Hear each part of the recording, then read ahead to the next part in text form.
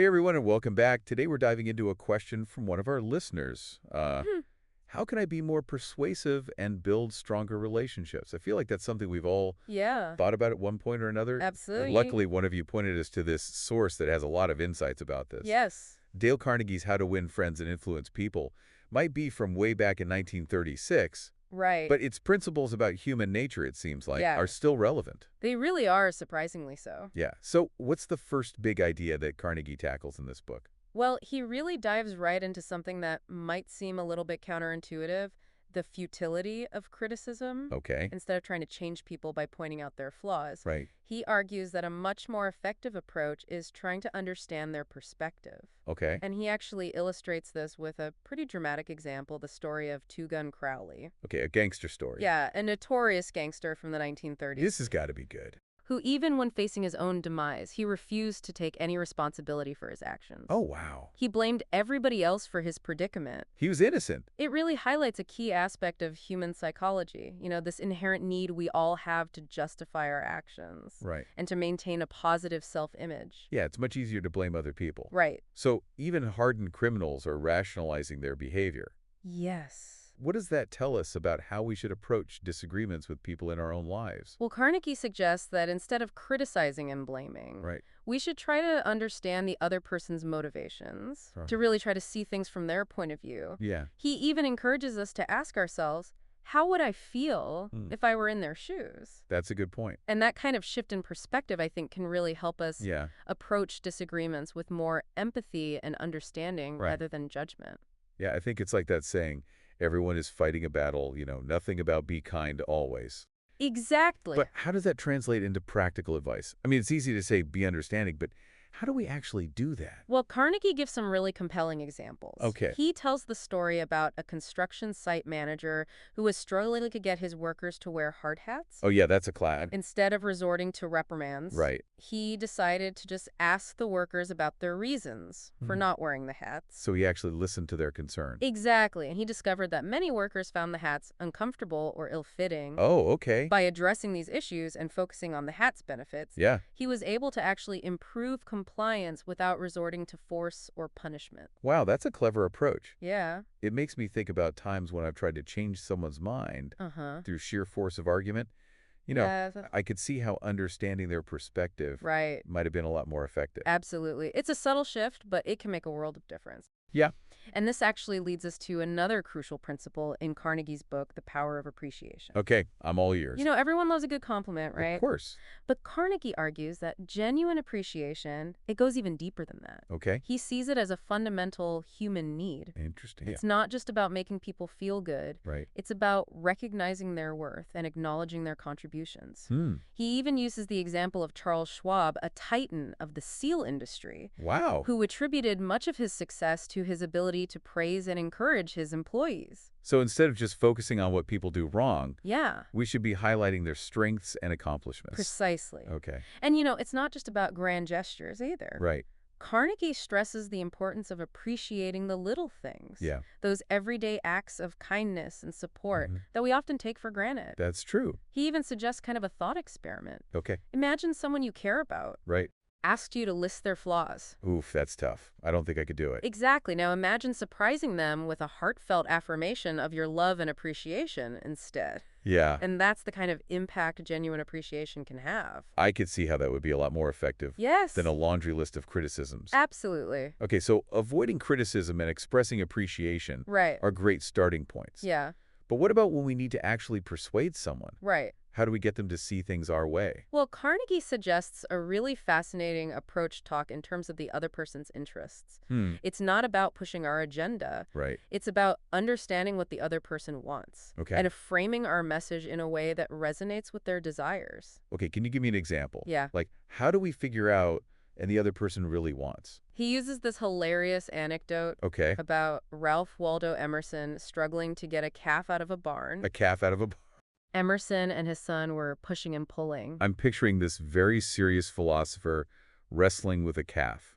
But the calf was stubbornly refusing to budge. Oh, no. It was a housemaid Okay. who ultimately outsmarted them both. Okay. She simply put her finger in the calf's mouth, Oh, triggering its instinct to suckle, smart. and gently led it out of the barn. Wow, she understood what the calf wanted Yes, and used that knowledge to get her goal. exactly. That's amazing. It sounds like we need to be more like that housemaid, Yes. observant and Yeah, strategic. absolutely. But how do we apply that in, say, a business negotiation or a tricky conversation with a friend? Carnegie gives another great example. Okay. The story of a man who managed to avoid a 300% rent increase Oh, wow. by appealing to the hotel manager's self-interest. Oh, Instead of pleading his own case, right. he highlighted the benefits the hotel received from Sure. having him as a tenant Interesting. and ultimately persuaded the manager to reconsider. Wow, he shifted the focus from what I want Yeah, to what's in it for you. exact. That's incredibly clever. I can definitely see how that would be more persuasive. It's a powerful shift in perspective, and it Yeah. applies to so many situations, whether we're negotiating a deal, Right. trying to convince a friend, Right. or even resolving a conflict with a loved one. Right. Understanding the other person's wants and needs Yeah. is really key. This is all incredibly insightful, but I have to ask, Yeah. is there a risk of this coming across as manipulative? Mm. Like, are we just trying to trick people into Right. what we want? That's a great question. Yeah. And Carnegie addresses that concern directly. Okay. He emphasizes that these principles are not about manipulation or trickery. Mm-hmm. It's about building genuine connections Right. based on mutual respect Yeah. and understanding. So it's about finding win-win solutions where both parties feel heard Exactly. and It's valued. about shifting our focus. Yeah. Right. From me versus you to we. Yeah. And that actually brings us to another fascinating principle, that Carnegie explores this profound need to feel important. Okay, this is getting really interesting. I'm eager to hear more about this. Well, let's dive into that in the next part of our deep dive. Okay, so we left off talking about this profound need that people have to feel important. Yes. What exactly did Carnegie have to say about that? Well, he actually dedicated an entire chapter to this. Oh, wow. He really believed that this need is like a fundamental driving force behind human behavior, Huh. both the good and the bad. So it's not just about wanting to feel good. Right. It's like... It's a core part of who Yeah. we are, how we Okay. see ourselves in the world. Exactly. And Carnegie argues that when we understand and acknowledge this need in others, Yes. we can kind of unlock this incredible potential for cooperation and positive change. Absolutely. He shares this really heartwarming story Yeah. about a young boy who struggled with bedwetting. And nothing seemed to work Right. until his parents helped him buy his own bed, Okay. and that allowed him to feel Yeah. this sense of ownership and pride, Hmm. and it boosted his self-esteem and helped him overcome the problem. So it's giving them a sense of importance and responsibility. Exactly. And is that what Carnegie meant Yes. by genuine praise? Yes, he actually draws a clear distinction between genuine praise and empty flattery. Okay. Flattery is insincere and self-serving, Right. whereas genuine praise comes from a place of respect and appreciation. So you're really acknowledging something true. Yeah, and he even quotes Charles Schwab, who believed in being hearty in my approbation and lavish in my praise. I love that. It sounds like Schwab really understood the impact of positive reinforcement, Right, not just in business, but in life. absolutely. And Carnegie offers countless anecdotes to support this. Okay. He tells the story of a man who, instead of listing his wife's flaws as she had requested, Oh, my goodness. he sent her 6 red roses Wow. with a note affirming his love for her, just as she was. Yeah. And the impact of that simple act of appreciation was really profound. Wow. It wasn't about ignoring her flaws. Right. It was about choosing to focus on her strengths Right. and expressing love in a way that made her feel valued. That's a really beautiful example of how powerful Right. genuine appreciation can be. Yes. And it's something we can all do Absolutely. regardless of our circumstances. I'm starting to see how these principles can really work together. Yes. We start by understanding someone's perspective. Yeah. Then we express genuine appreciation for who they are. Right. And this helps them to feel important and valued. It's like building a foundation Right. for a strong relationship, isn't it? It is. And Carnegie's insights are actually backed up by modern psychology. Oh, interesting. You know, research shows that people are more likely to cooperate and perform better Right. when they feel valued and appreciated. Okay. In fact, studies have shown that positive reinforcement is far more effective than punishment Interesting. when it comes to motivating behavior change. So it really is about encouraging positive behavior. Yes, it all ties back to that fundamental need to feel important. It's like we're hardwired for appreciation. It seems that way.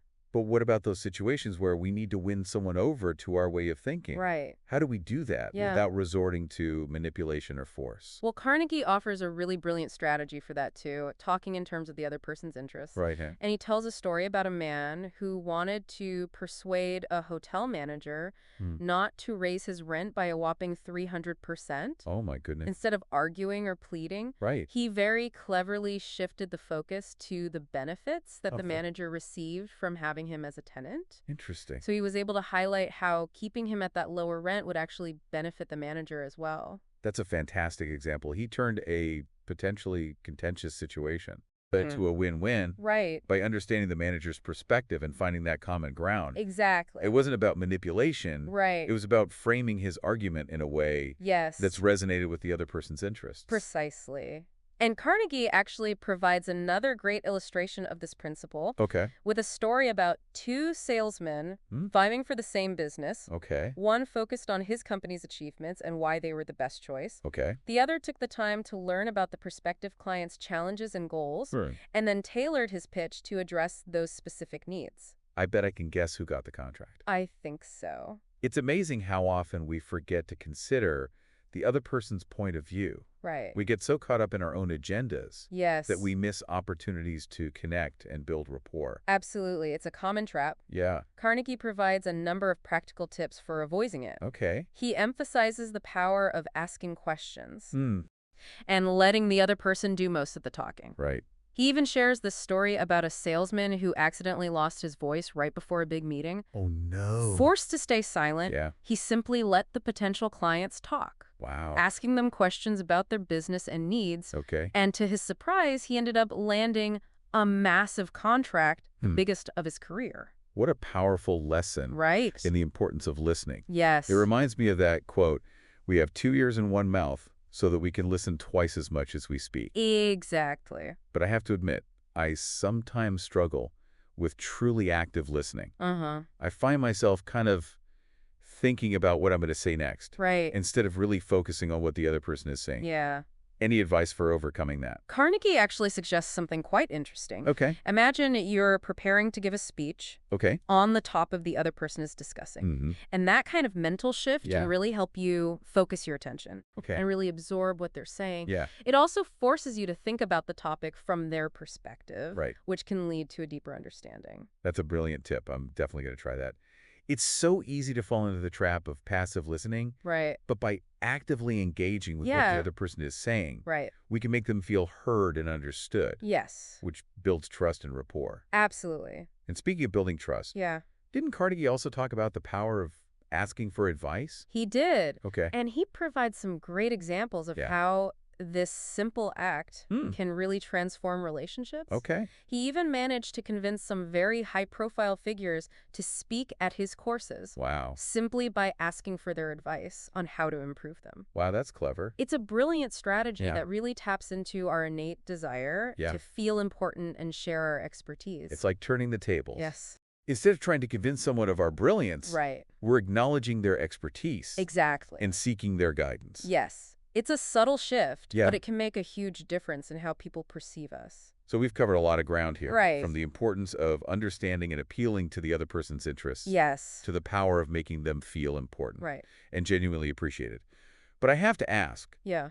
did Carnegie offer any insights on what to do when we encounter resistance? Of course. I mean, not everyone's going to be receptive to our ideas, right? He addresses this directly with a fascinating concept. Okay. The power of planting seeds of ideas Hmm. and letting them grow organically. Interesting. He uses the example of Colonel Edward House, a close advisor to President Woodrow Wilson. Okay. And House mastered the art of subtly influencing the president's decisions. Okay. Instead of directly challenging or confronting Wilson, Right. he would plant an idea in Wilson's mind Hmm. and let it germinate over time. So it's like setting the stage for someone to arrive at a conclusion on their own, Exactly. rather than trying to force it upon them. Precisely. And Carnegie stresses that this approach requires patience Okay. and a willingness to let go of the need Right. to control the outcome. It's about guiding, not dictating. Exactly. It sounds like a much more respectful and collaborative approach. Right. And probably more effective in the long run. Yes.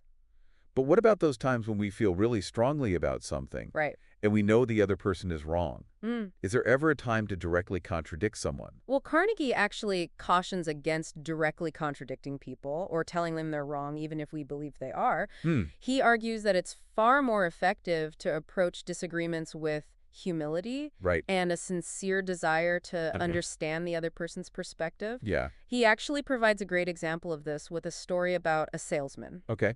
who was constantly butting heads with a tough lumber inspector. Okay. He would win the arguments, Uh-huh.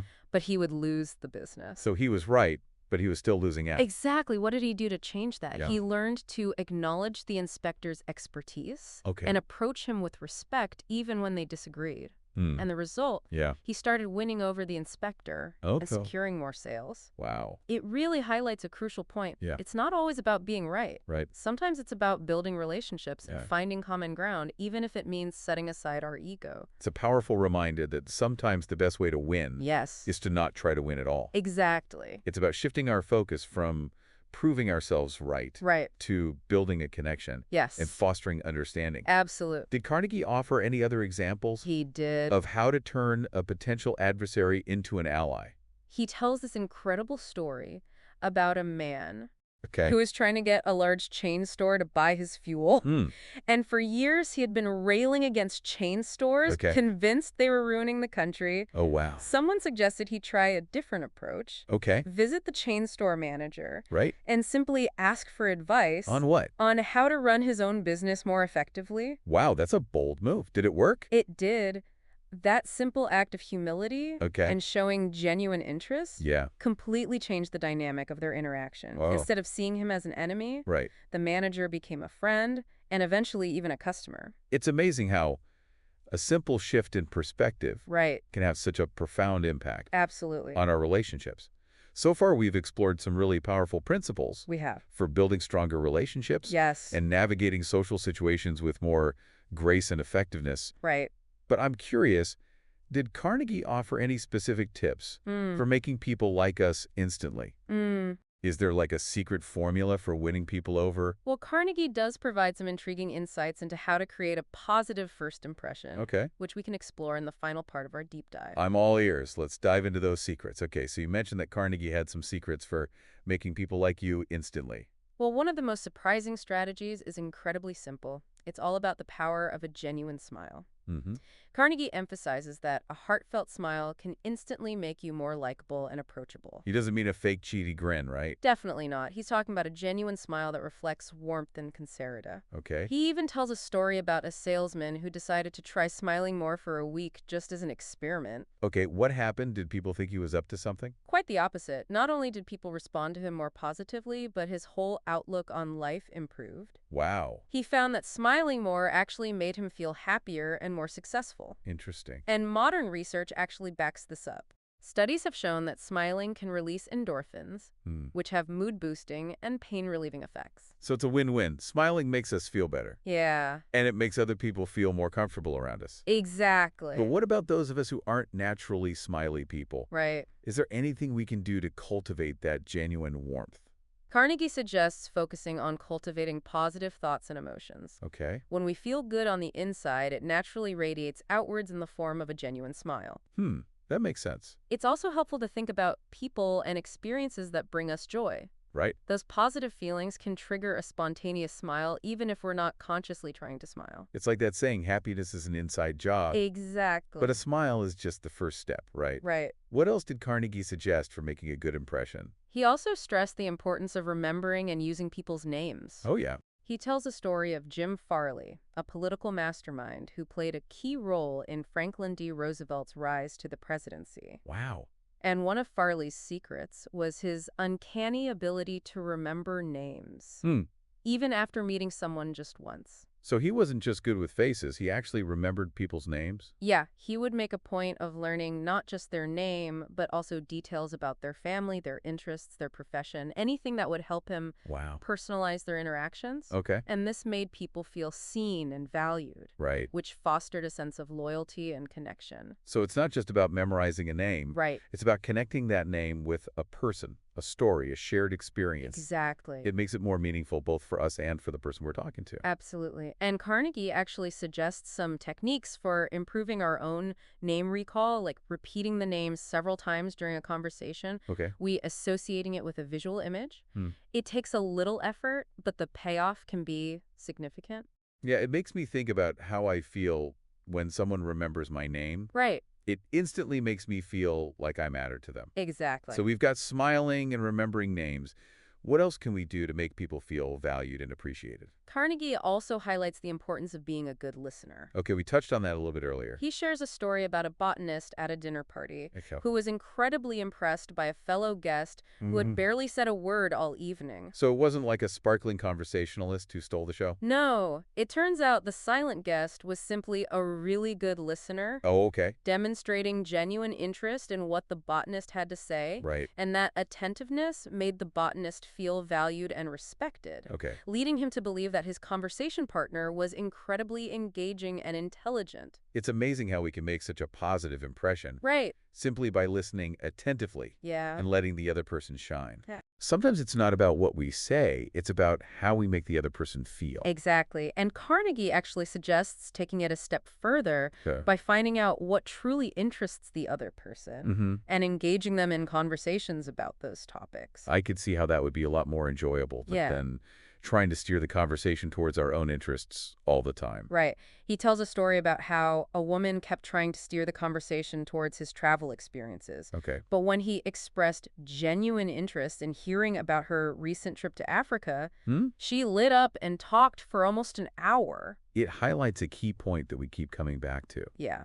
People love to talk about things they're passionate about, They do. and by giving them the space to do so, Right. we make them feel valued and we build rapport. Absolutely. And Carnegie even suggests going a step further Okay. and expressing sincere admiration Yeah. for the other person's accomplishments or hobbies. Mm. So it's not just about listening, Right. it's about acknowledging their passions and achievements. Exactly. He shares a story about a landscaping contractor who Okay. complimented a judge on his prize-winning dogs. Okay. And that simple act of appreciation led the judge to show the contractor his kennels, Wow. spend over an hour discussing his dog's pedigrees, He was really proud of those dogs. and even offered the contractor's son a puppy. That's amazing. It shows how a simple act of genuine appreciation Right. can really open doors and create unexpected opportunity. Yes. It's like a ripple effect of positivity. It really is. It's not about manipulation or trying to get something in return. Right. It's about approaching interactions Yeah. with a spirit of generosity and genuine interest in the other person. So if we want to make people like us, it seems like the key is to shift our focus from ourselves to them. Yeah. Be genuinely interested, listen attentively, show appreciation, and make them feel important. That's the essence of Carnegie's philosophy. Yeah. It's not about manipulation or trickery. Right. It's about building authentic connections based on mutual respect and understanding. And the amazing thing is that these principles are so practical. They are. They can be applied in all areas of our lives. Yes. From our personal relationships to our professional interactions. Absolutely. It's really about adopting a new way of thinking, a more empathetic and other-centered approach to interacting with the world around us. This deep dive has been incredibly insightful. It has been fun. I feel like I have a whole new toolkit for building stronger relationships and navigating social situations with more confidence and grace. Me too. And remember, it's not about mastering a set of techniques. Right. It's about cultivating that genuine interest in others. Yes. And a sincere desire to make them feel valued. Absolutely. So as we wrap up this deep dive, I'd love to leave our listeners with a final thought. What small act of genuine appreciation can you offer someone today? Yes. And how might that change your interaction? It could be a simple compliment, a heartfelt thank you, Right. or just a moment of truly listening to someone with your full attention. I love it. You might be surprised by the ripple effect of positivity it creates. Absolutely. Those small acts of kindness and recognition can make a world of difference, both for the people around us and for ourselves. Right. After all, we're all connected, and a little bit of warmth and appreciation can go a long way.